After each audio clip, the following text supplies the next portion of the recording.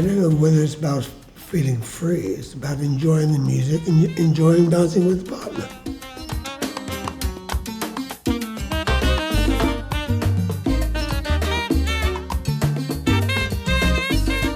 My beginning journey, my late father had a radio that picked up the world. I was tuning in one night.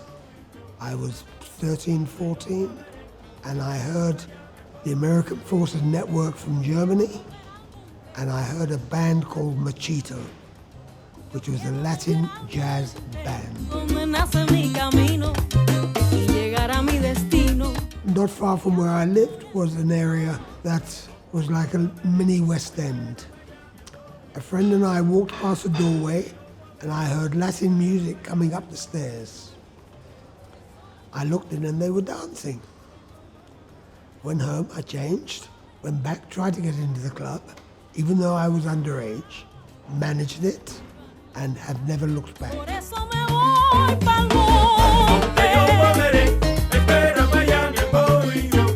I used to run a small nightclub. I play drums as well. Because it was underneath a block of flats, they decided they didn't need the kind of drums that I played.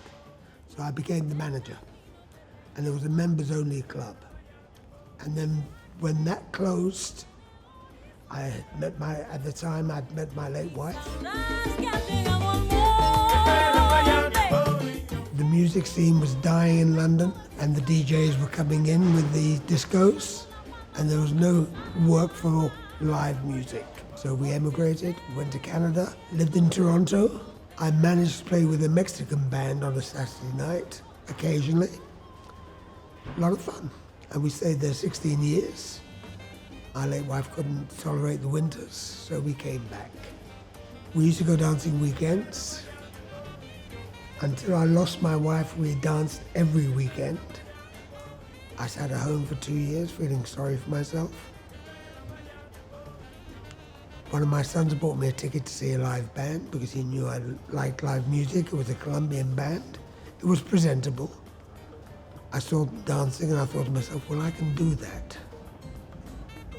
It took me about 6 months to pluck up courage to ask somebody to dance.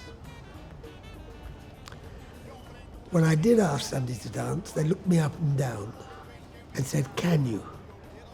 I said, well, quite frankly, I wouldn't have asked you if I couldn't. And I sat down again, I'd lost my confidence. I was with one woman for 35 years. So I'll give you an idea, sort of the connection. I sat around for another 3 months, listened to the music, and one of the teachers grabbed hold of me and said, you can't just sit. She grabbed me, we got on the floor, and she said to me, you've done this before. I said, well, a little bit. And I've never looked back from that day to this.